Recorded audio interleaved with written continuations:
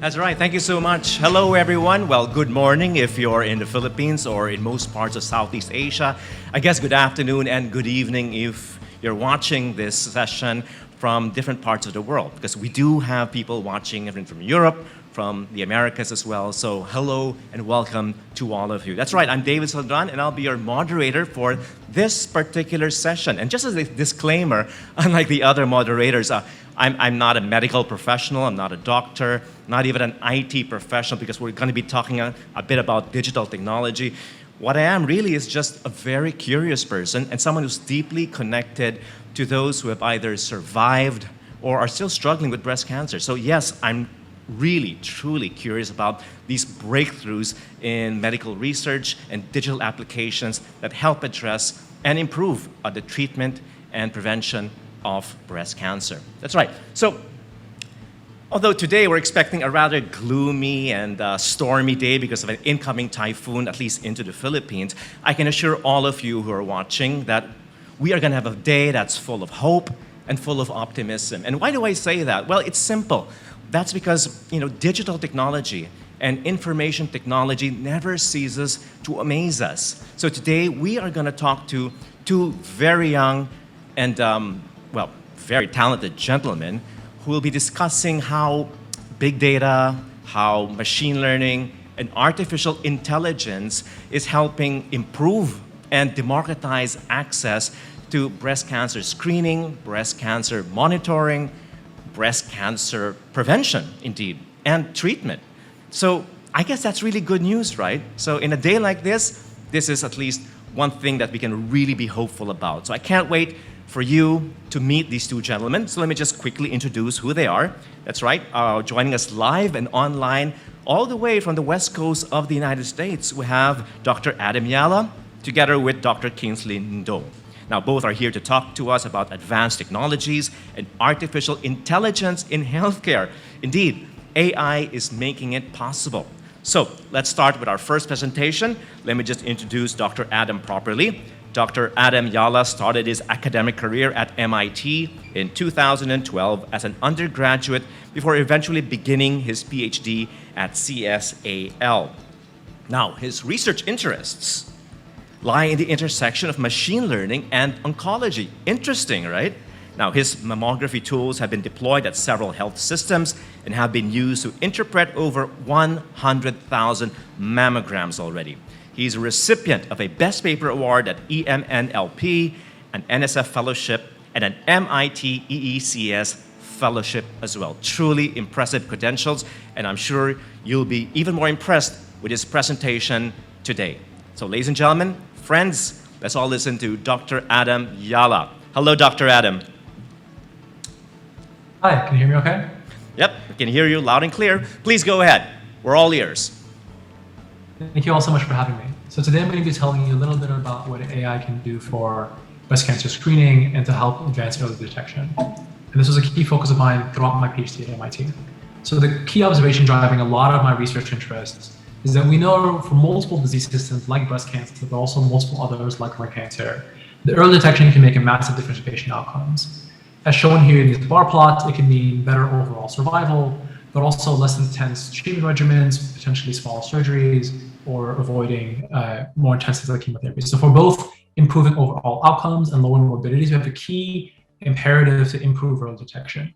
Now, I'm going to show you a very simple kind of two-step way in which machine learning can help significantly, and machine learning and AI are kind of like interchangeable terms in my talk, how broadly ML technologies can help change the space and make a large difference. So if we want to catch cancer early, we kind of have two problems we need to solve.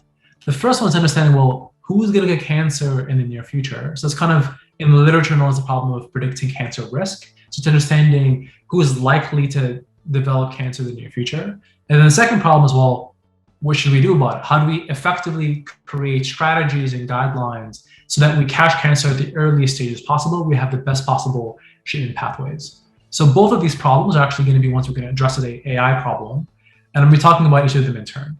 So the first one, how we can understand who's going to get cancer in the future, was a key focus of ours throughout my time at MIT with recent papers in JCO, STM radiology that I can refer to for more details. And I'll really emphasize here the problem we're trying to solve as machine learning problem is not looking at the picture on the right. It's not looking at year 5 and seeing where the cancer is, but it's looking at someone at year 0 before there's anything currently detected by any clinician or could be detected, and understand this person's likely to have their cancer diagnosed in the near future. And therefore, we might want to consider other kinds of screening strategies and interventions to catch it at the smallest possible states where we have the best possible interventions. Now, if you're familiar with the notions and these words of breast cancer risk, this is not a new problem, and people have been thinking about this since at least the late 80s. So the traditional approach seen in clinics all over the world relies on like expert clinical knowledge. So from many years of research, we know things like age, family history, prior breast procedures, and even imaging and the notion of breast density, which I'll get back to in a second, are all relevant pieces of information about future cancer risk.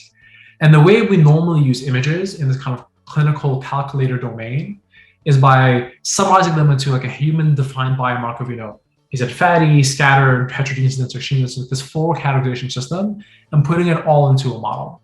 And now what this model does, it just weighs the different inputs to predict who's most likely to get cancer in the future. And the key limitation of this kind of approach, and where AI can make a big difference, is that these kind of more handcrafted, expert-relying models simply aren't very accurate to understand who's going to get cancer in the future. So here I'm showing you this AUC metric. It's something like an accuracy, but the important thing to note here is that 50 is random, 100 is perfect, and 60 is really not that great, though it's the basis of where we are today. And even incorporating something as rich as someone's medical image, which contains well over 24 million pixels, you're only getting a tiny boost in performance. And better leveraging this information is a key area where machine learning can make a really large difference. So this is one of the key departures we took quite a few years ago back at MIT. And the idea is, well, instead of first summarizing all the information into a couple like human-created variables, let's take everything that we have about the patients in terms of their image. So we're going to have multiple patients that were already treated in the past. This was done in collaboration with the National Hospital in Boston, a large hospital in the U.S. So you had roughly 50,000 patients. For each patient, we had their full mammogram. So things like 24 million pixels, very, very detailed. And for each one, we know this patient got cancer in 3 years. This person did not develop cancer in the observation. This person got it in 5 years. And now the key AI task is to learn the association directly from the pixels without kind of the human summary intermediary over to the task of interest. Now, I'm going to skip a lot of the kind of nitty-gritty technical details here, because that's not kind of the key reason I'm talking about this. I really want to highlight what kind of new performances can enable and how it can shape the space. So we call the model Mirai, so I'm here showing it in green, and we compared it first at MGH, which is the hospital where we built this tool with, to the TARQ-6. So the TARQ-6, if you're not familiar with it, is a very detailed clinical risk calculator. It has like multiple pages of questionnaires, very detailed family history, questions about like hormone replacement therapy, and all that information together still gets you to an AUC of 60s. So well within the line of other things in the literature. From the image alone, Mirai can get you a 14-point improvement. And it was really important to us to make sure this is not a MGA specific picture or US specific picture. So we've done a lot of work to globally validate these technologies to make sure it actually works for very different diverse populations, including Emory in the US, or Asuta in Israel, or Cheng Memorial Hospital in Taiwan. And across all the different settings with very different populations, we find the model achieves essentially similar or the same performance. Now, one thing you might be asking if you're the astute listener is that, what does this gap in performance mean, and what can this lead to clinically? So the first kind of thing that it means is that we can better devote our resources for high-risk screening. So one type of program that's quite common in the high-risk screening world is we know if someone is detectable on a mammogram, let's say likely in 2 years or 3 years, that might be detectable today in an MR at a smaller state. And so this motivates a lot of high-risk screening programs. And we know that the exact same high-risk screening programs that exist today with the exact same MRI volume based on TARQ-6, because our model is more accurate, we expect we can simulate this out across different data sets to get roughly like a 2x higher cancer yield. So there's better early detection for the exact same level of MRI. Another kind of use case are clinical, and actually I should note that this is the basis of a clinical trial that was recently funded by BCRF running at UMass.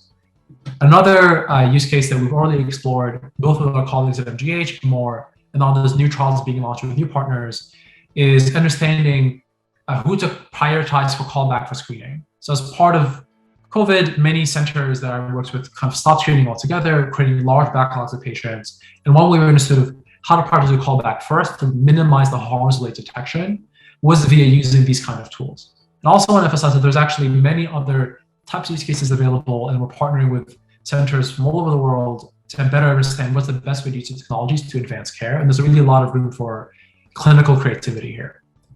Now, I want to briefly note that this kind of picture of machine learning technology being able to learn really subtle patterns in the images to better understand disease progression or things like future risk is not really breast cancer specific. We have very similar work in lung cancer. And there's a more general picture of how we can use these kind of technologies to rethink what does it mean for something to be risky, or what does progression mean?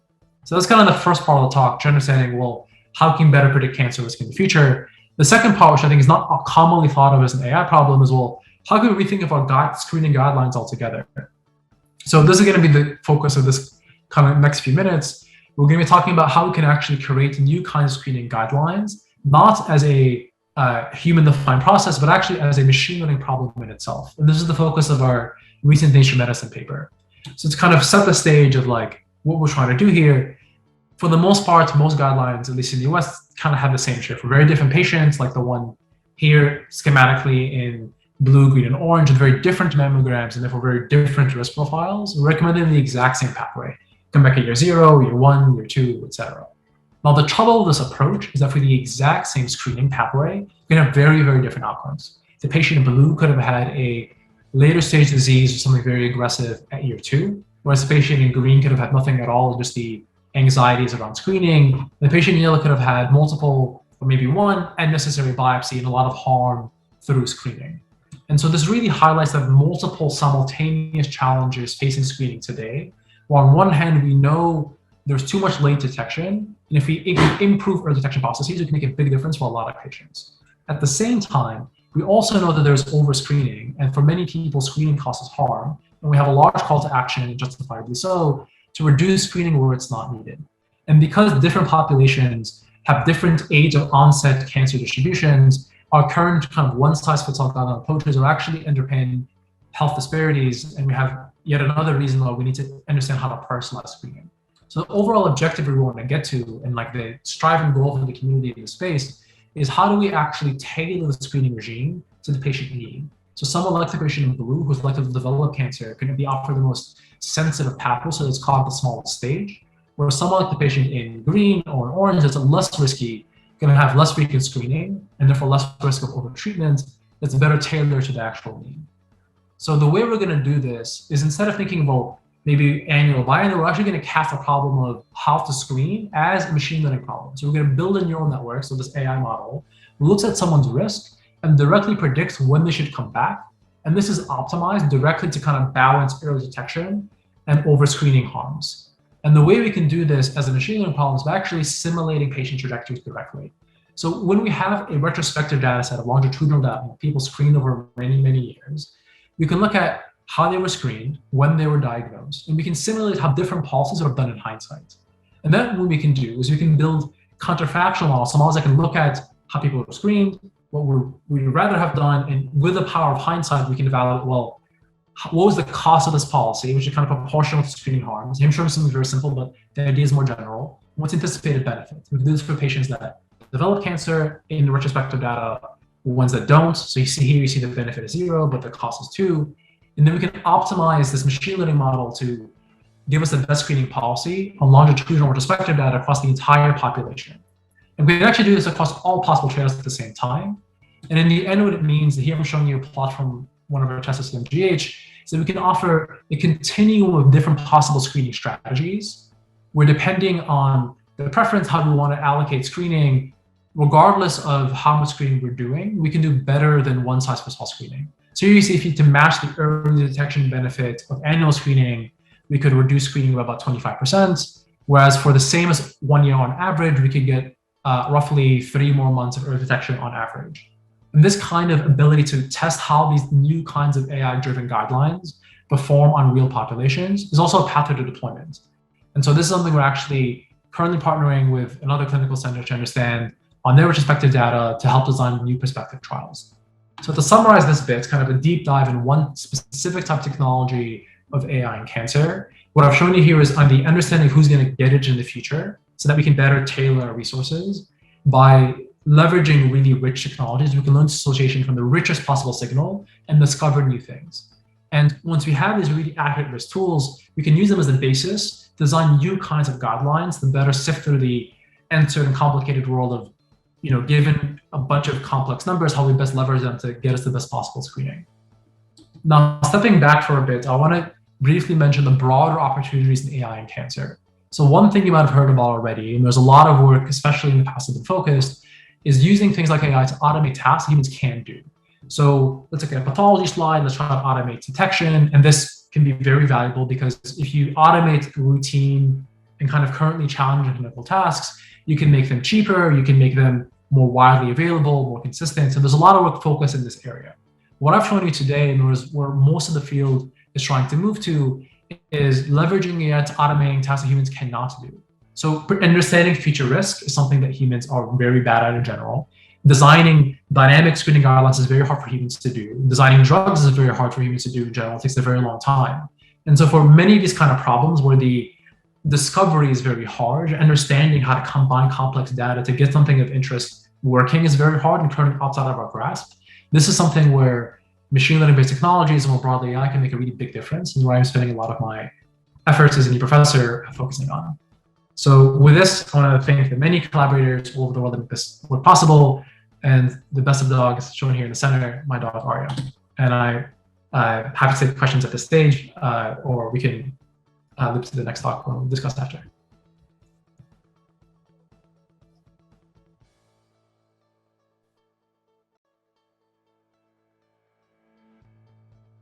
On a stormy day like this.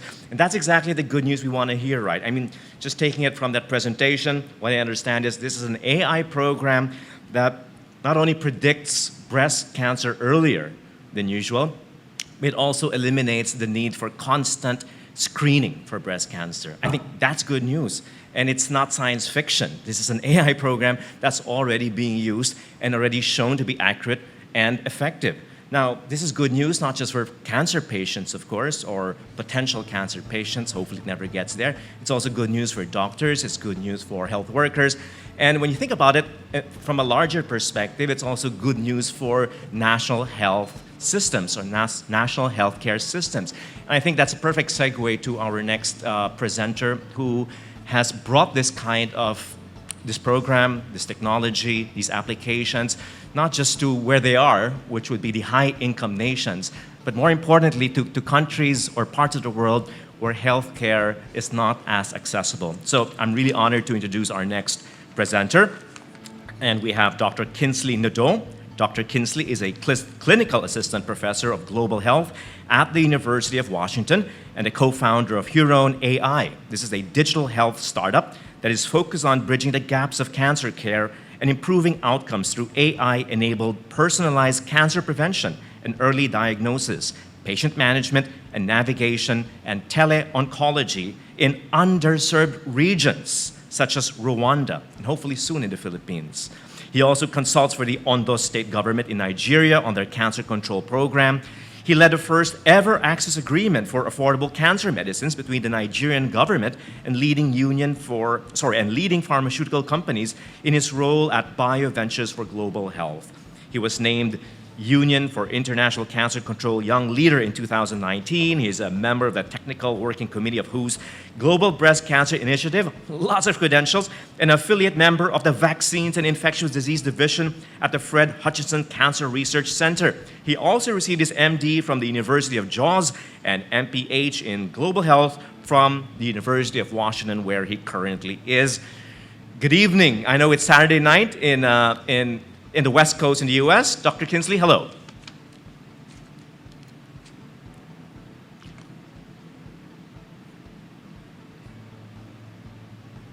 All right, Dr. Kingsley, just wait a second there. Yeah, we're going to check our audio. It's our fault, not yours, I think. No, I was mute. I think I can. Now we can hear you. Dr. Kingsley, just go ahead. Yes. Thank you. Excellent. Yeah, thank you so much. Thank you for that kind introduction. It's an honor to be here. And I think this is just a segue or This sets the stage from what Adam had already presented. And I know that a lot of the presenters have kind of talked about the problem, but we're just going to see a snapshot of the problem and see what the disparities are. So here, this is GlobalCan data that showed the number of cancer cases in 2020, which was about 19 million. And we can see almost half of, we had almost half of those unfortunately died. And you can see that there have been improvements in cancer mortality and morbidity over time, especially in high-income countries. As you can see in the United States, from 1991 to up to 2017, there have been 29% decline in cancer mortality, but we haven't seen a commensurate decline in low-middle income countries, which would include Sub-Saharan Africa or even Southeast Asia. It's not been commensurate so far. And these are, there are several gaps, but I would want to point out the paucity in health workforce. So here we have one oncologist to 3,000 cancer patients in Sub-Saharan Africa. If we compare that to the United States, it's 1 to 187. And since this conference is taking place in Manila, Philippines, there's just one oncologist to 1,500 cancer patients. So when you step back and look at this problem, you can see that there's just going to be a plethora of issues with this very few or the deficit in health workforce. And this is where AI can actually play a role in augmenting the efforts of these oncologists and the whole multidisciplinary team that takes care of cancer patients. But before I dive into cancer itself, let's take a step back and see use cases for AI in global health in general. And this is from reports by U.S.A and the Rockefeller Foundation that basically looks at opportunities for AI in global health. And so you don't need to look at this whole table, but what I want you to focus on is the left side of this table, which is population health, individual health, the healthcare system, and pharma and medical technologies. So essentially, you can design policies literally from a population health standpoint. We also saw a lot of these tools being used in COVID-19, where based on several data points and several variables, we could predict where the next wave will be. And so it's very important in surveillance. And then when you hone down on cancer, you can look at things like regional specific screening guidelines. And Adam touched on it a little bit in his presentation. These are ways we can apply artificial intelligence in on the population standpoint.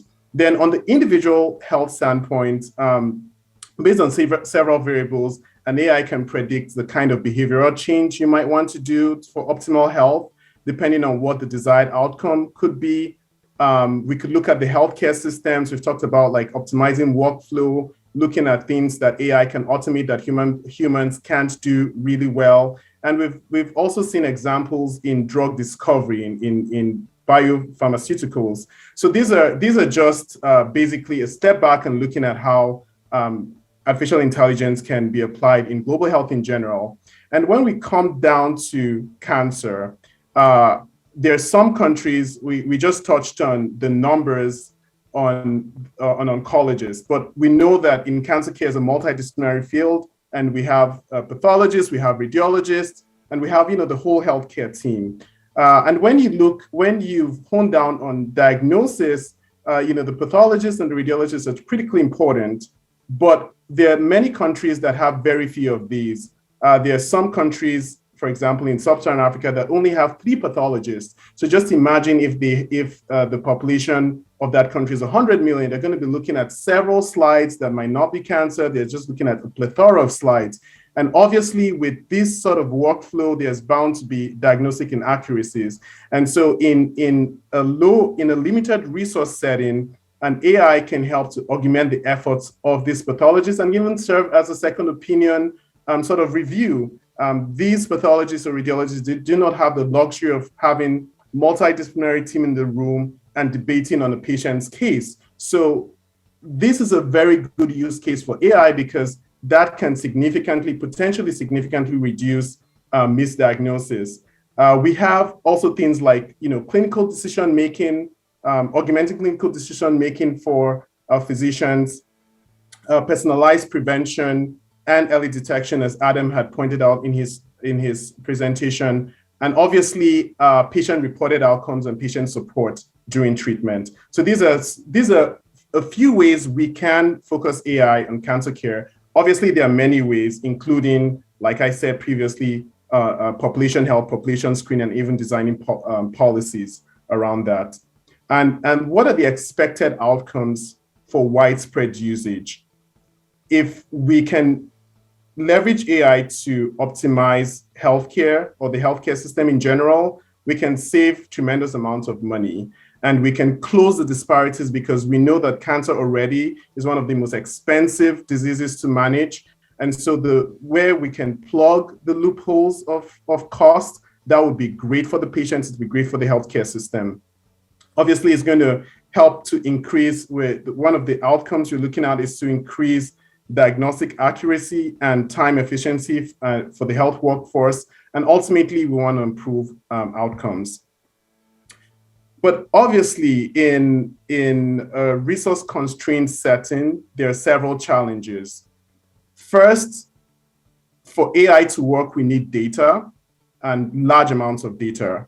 And one of the big challenges is just the data infrastructure is not necessarily there in a lot of these countries. You have to be very innovative to get the data to drive AI models. And sharing of data is still relatively novel. And so just more awareness between institutions on collaborating to share data and drive these AI processes is really important. And then cost of data is still very high. It has gone down significantly, but it's still very high in these settings. Then the second thing is regulatory framework. Just like every other device or drug in medicine, it has to be regulated. And AIs and digital health products are relatively novel, and a lot of regulatory agencies are trying to catch up with the wave. There are several things that need to be looked at. Obviously, you need to look at safety, you need to look at efficacy, but in terms of artificial intelligence, the goalpost is not usually constant. Sometimes you might have submitted product to the FDA or FDA equivalent in these countries, and the efficacy might change after a year because of more data, there's more insights, and regulatory agencies have to figure out ways to deal with reporting these changes. And sometimes it could change for the best, or it could change for the, it could decline in what the efficacy was prior. So regulatory frameworks have to be built around these technologies. Multi-stakeholder acceptance, how did the government accept these technologies, how the patients accept it, and what the health workforce. Interestingly, PricewaterhouseCoopers did a survey in 2018, where they asked patients in several countries, in Nigeria, South Africa, the United Kingdom, here in the United States, to see what their general acceptance of AI augmented medical care would be.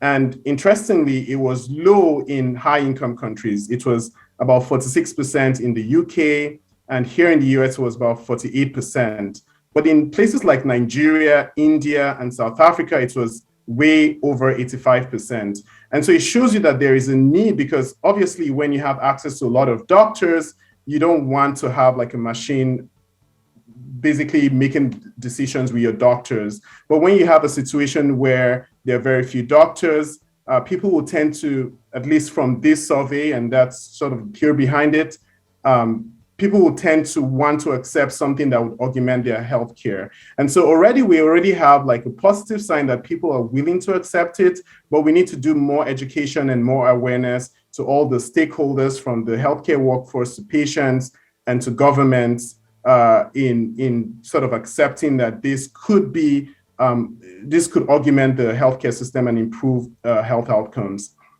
Then finally, data diversity and multi-setting validation. as I said earlier, data drives the workings of artificial intelligence, and it's highly important that the data is diverse and is validated in several clinical settings to reduce, what we call algorithmic bias, or reduce inaccuracies in certain demographics of people. It's very important to be culturally sensitive when building these technologies and testing them in different settings. And just to give a little bit of an example of what I'm referring to, these two images, the image on the right is on a Caucasian skin, and this is a cancer called Kaposi sarcoma, is very common among HIV patients. On the left is the same, similar skin lesion, similar cancer, Kaposi sarcoma, but now it's on a dark skin. And if you create a model that trains and use data on the right to train the model on identifying Kaposi sarcoma, you find out that more likely than not, it may not identify the image on the left.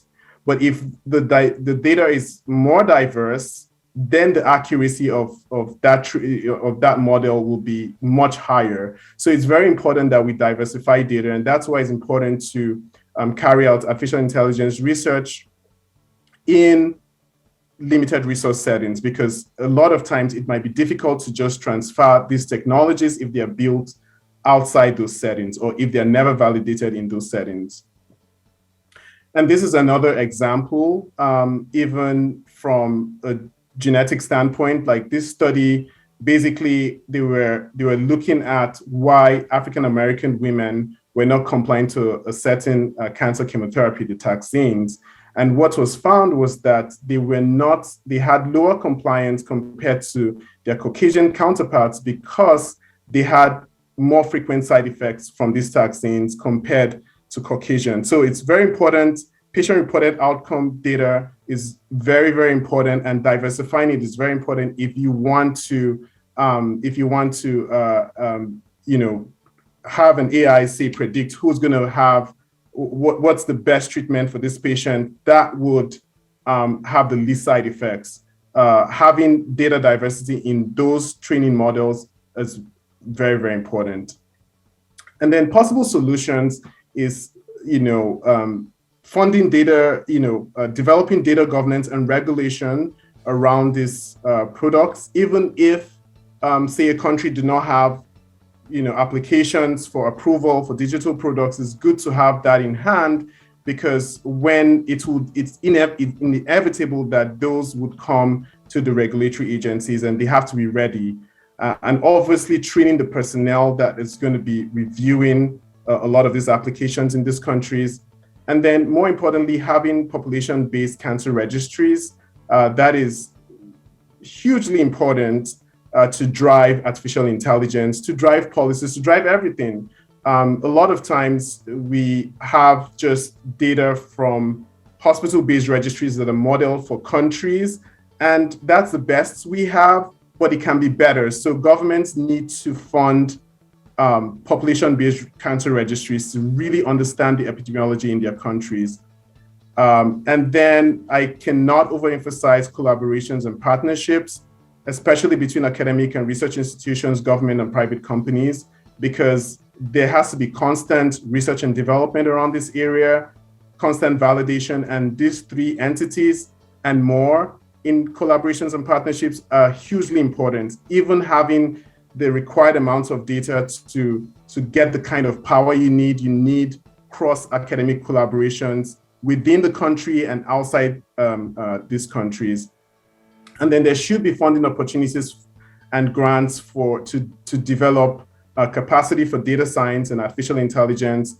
And there should be some level of algorithmic transparency so that patients would trust these decision-making tools, and even oncologists and the health workforce in general would understand how some of these artificial intelligence-driven technologies make their decisions.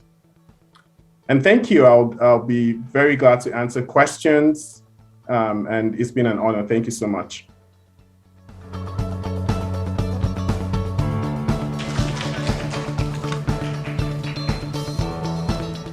Indeed, thank you so much. Let's give both Dr. Kingsley and Dr. Adams earlier a big round of applause. I mean, really, really interesting breakthroughs in this field. And the great part about that presentation is not only is it already happening around the world, it's also possible in developing nations like the Philippines. As Dr. Kingsley has shown, it's already being rolled out in parts of Africa. So yes, it's possible, and this is not science fiction, as I said earlier. So thank you again to our two presenters. We're gonna open the forum now for your questions and comments.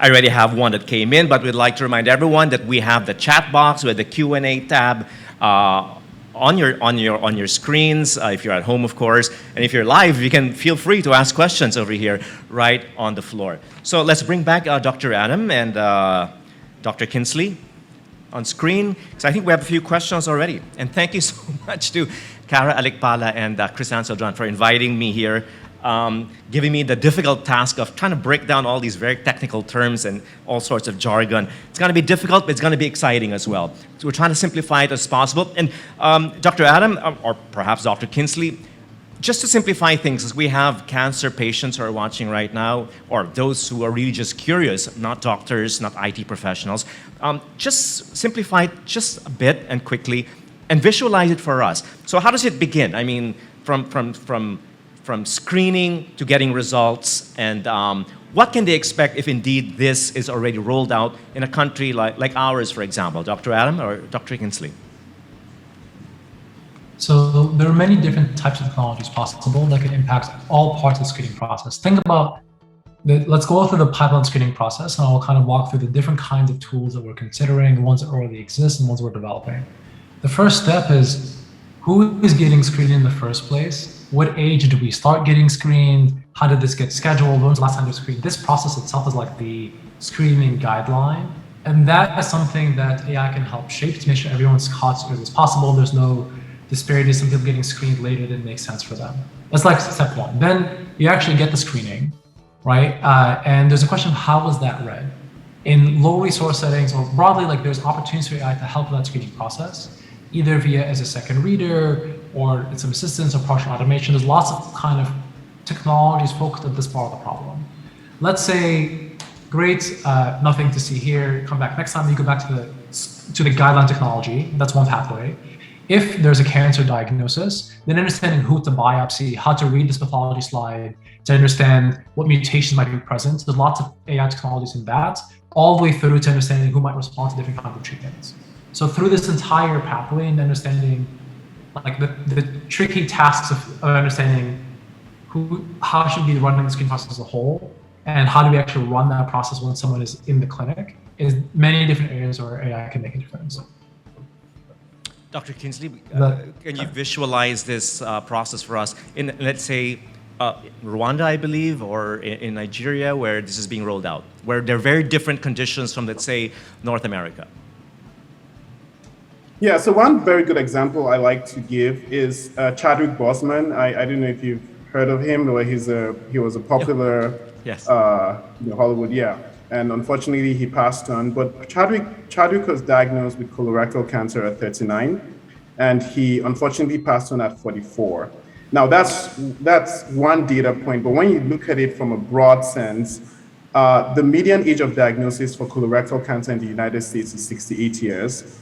If you compare that to Nigeria, it is 50 years. But for the longest time, they've been starting screening at 50.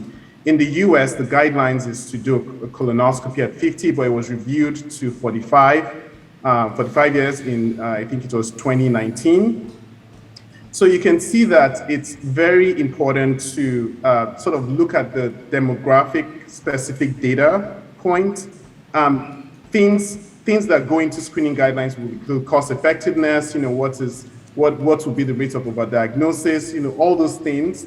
And they differ from region to region. And I think this is where AI can play a role in predicting the best time to screen, either from a regional perspective or even from an individualized standpoint, because the demographic data is different, the epidemiology is different. So it's hugely important to really understand the data from a disaggregated standpoint, not looking at it just from a one size fits all basis.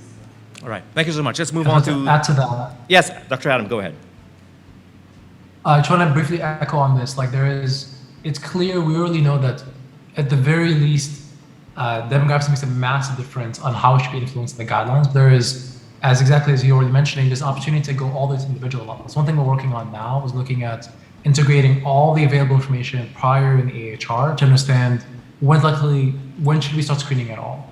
And so right now we kind of have like, you Google the online policy, here's the guideline for the country, but really should be suited to individual needs. And the only way we can able to consider these kind of problems is via AI. All right, thank you. Let's move on to this question that came in from, not our live audience, but from our online audience. And let me just kind of paraphrase it a bit. How quickly can this program be rolled out? I mean, is this project, how would this project be set up, let's say, in one hospital? Is it in months, is it in years? Is it even about rolling it out per institution, or is this a nationwide rollout? Is this let's talk about scale here. Dr. Adam, Dr. Kingsley, either one of you. So I can speak a bit about the technologies that we've developed. Actually, Kingsley can give some real-world experience in this as well in our collaborations. So broadly, we're working on bringing this out to a broader audience. We want to do lots of prospective studies to understand all the right ways to use this kind of tool based on the really local clinical context. So we're actively recruiting partners. There is a kind of hospital, there's basically a group that wants to try these tools and try a new way to use them. They should reach out and we will work with them to make that happen. How quickly we get there is up to everyone and how quickly we get there together, right? It's not something any one group can kind of do by themselves. Now, Kingsley, you want to add on like the timeline that we were? Yeah. So the reason I chuckled is because I think I touched part of it in my presentation. It's still relatively novel, and even institutional review boards are like, wait, what are you talking about here? And so it takes time to even get an approval. You have to sit and explain what you're trying to do because it's still relatively novel. And so I know Adam and I will love to have these technologies like yesterday rolled out, but the truth is, and the reality is that it takes a process. And that's why I talked about like possible solutions is that countries and institutions should get ready. Like, for example, the institutional review boards, there should be some sort of training on like, okay, how do you approve like an AI-based research that is not just the traditional, research that they're used to reviewing and approving. So those kinds of things are critically important. And obviously, just getting the right partners with the right skill set, because as I said in my presentation, there has to be multi-setting validation, because a lot of times when these technologies are built, they are built with a certain clinical setting in mind, which might be different from another country. And so validating some of these technologies in different countries can really lead to widespread usage. And so having the right partners that have the right skill set to support validating some of these technologies is critically important. But I would say that, in a lot of low resource settings, for example, in Rwanda, where we're working, where Hurone AI is operating, we're looking at ways to sort of reduce, to set the bar lower for scale. So for example, using U.S.A, where there's low smartphone penetrations in terms of like patient support tools like the ones we're building in Rwanda, is critically important for scale, because obviously in some countries, smartphone penetration is not that high. In Rwanda, it's about 30%. In Nigeria, it's about 70%. So, different countries have different resources, and they have to be, in scaling these technologies, you have to look at it from, the partners you're going to be working with, the regulatory framework, and even just, and getting all those multi-stakeholders up to speed with this technology. But I can see that there's a lot of progress for sure. All right. So the model is available, technology is available. It's that it's evolving, and it requires much more than just the technology. It requires all sorts of stakeholders. Yes, Adam, you're going to say something? Yeah. So in our experience so far, because we've managed to validate now with quite a few clinical partners, and really echoing what Kingsley was saying, there's so much variance in how ready a partner is ready to actually run this kind of study. The fastest I've seen is like 2 weeks. We go from talking about it on the phone to having agreements to having validation to understand what the model can do in this population. So like well over a year.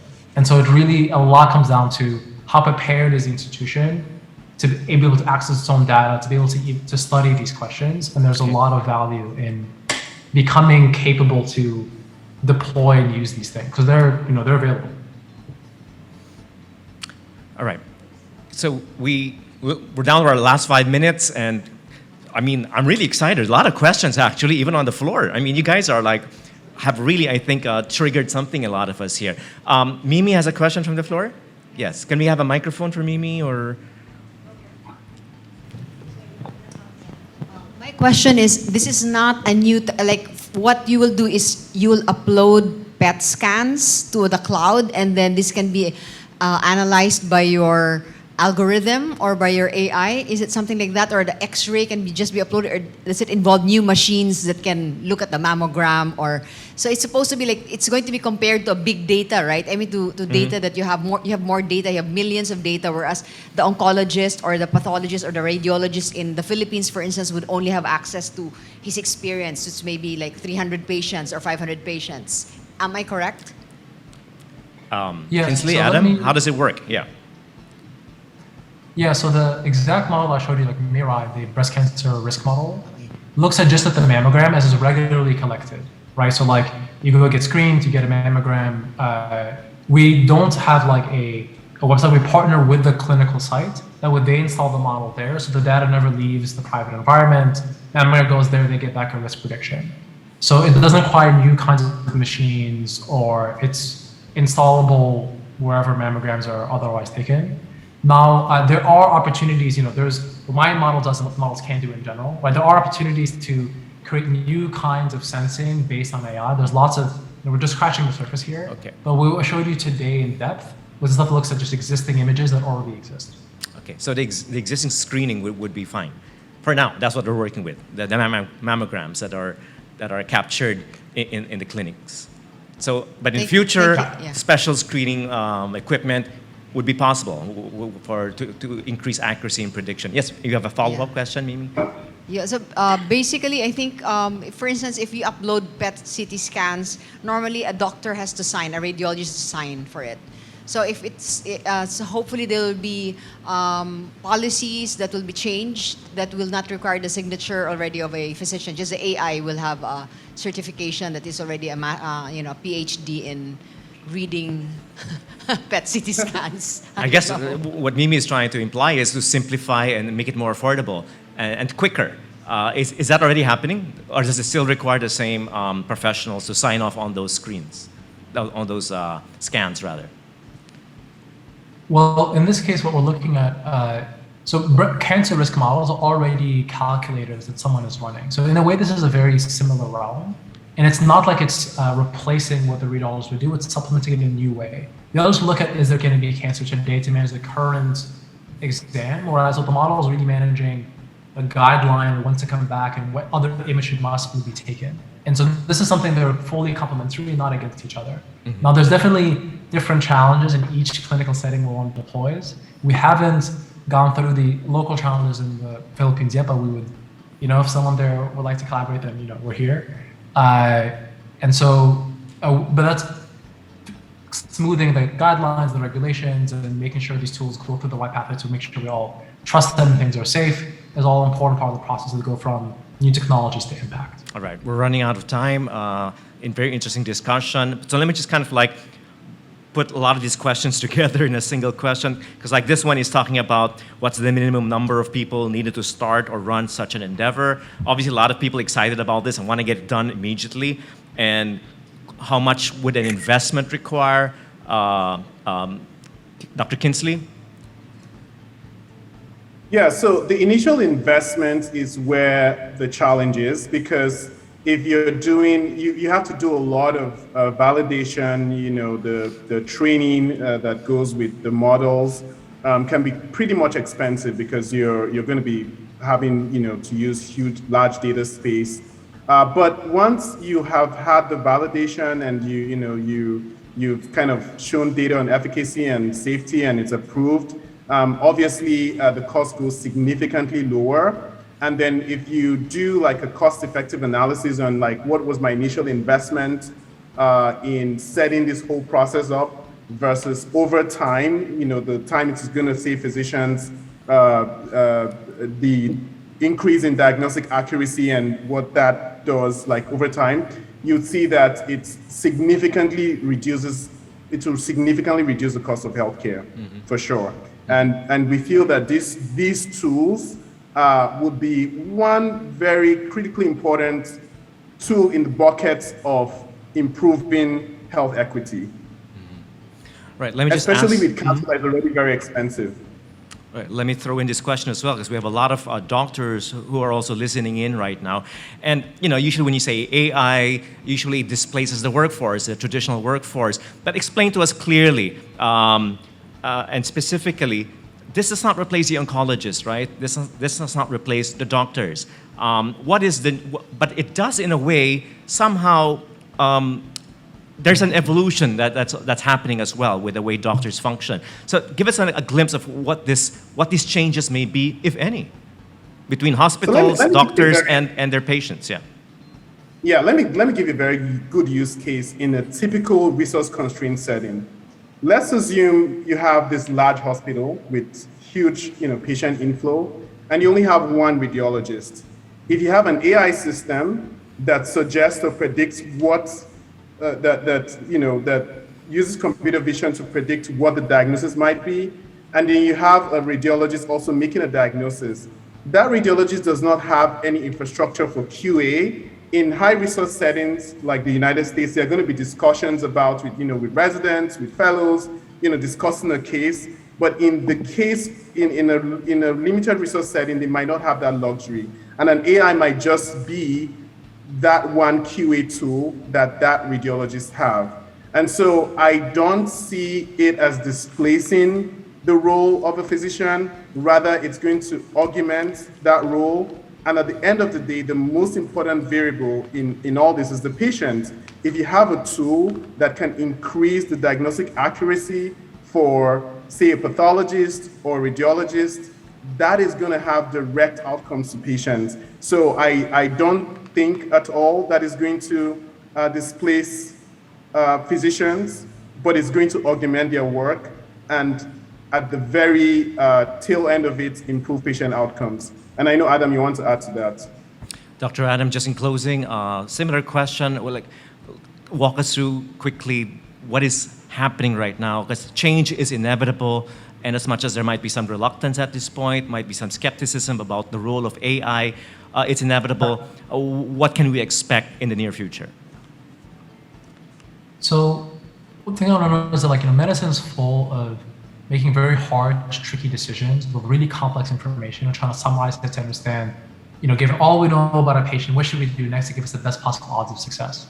And doctors have many tools in their belts to do this. Why we can look at, well, here's what we saw in the literature, maybe this is associated with this, maybe I think about this treatment pathway. The way AI brings is another type of tool to do very complex data integration to better understand how to make better decisions. So it's not replacing the role of the doctor, it just gives you another way to augment your capabilities, understand there are things that are otherwise too hard to do by yourself. So then when we think about things like cancer risk or personalized screening, this fits in that bucket. It's not something that doctors are empowered to solve by themselves today, but this is something where AI can make a big difference. And more broadly, including things like scaling resources in a resource-constrained setting, but even research-rich settings, there's a big room for using AI for discovery as a whole. Like you might have seen on the news things like AlphaFold that are for proteins. There's a much broader AI for science intersection where the world is full of hard problems that we can't solve alone. And using computation is a really meaningful way to address these. And this is not in isolation. Like it's a clinical design problem that we work together to understand what problems to be solving to develop the right tools along the way. All right, thank you so much. Let's give a big round of applause both to Dr. Kingsley and Dr. Adam. Clearly, a lot of us are excited about this. I know I'm excited about this, and I can tell from the reactions, from the questions that were handed over to me, that there's a lot of excitement as well. In fact, some of them want to start this right now. The model is available, as was mentioned, the technology is available, but it's still a work in progress, and that's been very clear. It requires this conversation to continue, and hopefully we have another chance to talk to both Dr. Adam and Dr. Kingsley, and those of you feel free to get in touch with them directly if you want to see how you can actually apply this to your institutions, to your hospitals, or to your own practices. So again, thank you so much, Dr. Kingsley and Dr. Adam. Great news, I promise great news on a day like this. We can predict breast cancer much earlier now, much more accurately, and most importantly, it becomes more accessible to people all over the country. Those who are far from health centers, far from oncologists, radiologists, this is now a way to equalize the situation. Thank you. Thank you to everyone for listening in. Just a few announcements about what to expect in the next few minutes. Okay, that's right. So for our attendees online, please enjoy the virtual photo booths. We're going to be flashing that in a short while, and explore the sponsors' booths as well. This event would not have been possible without our friends who supported this this conference. So thank you so much. You may log back in and join room number 1 for the closing ceremony. In the meantime, have a very good day ahead. It's a Sunday. Enjoy your Sunday with your family. And of course, stay safe, everyone. Thank you very much.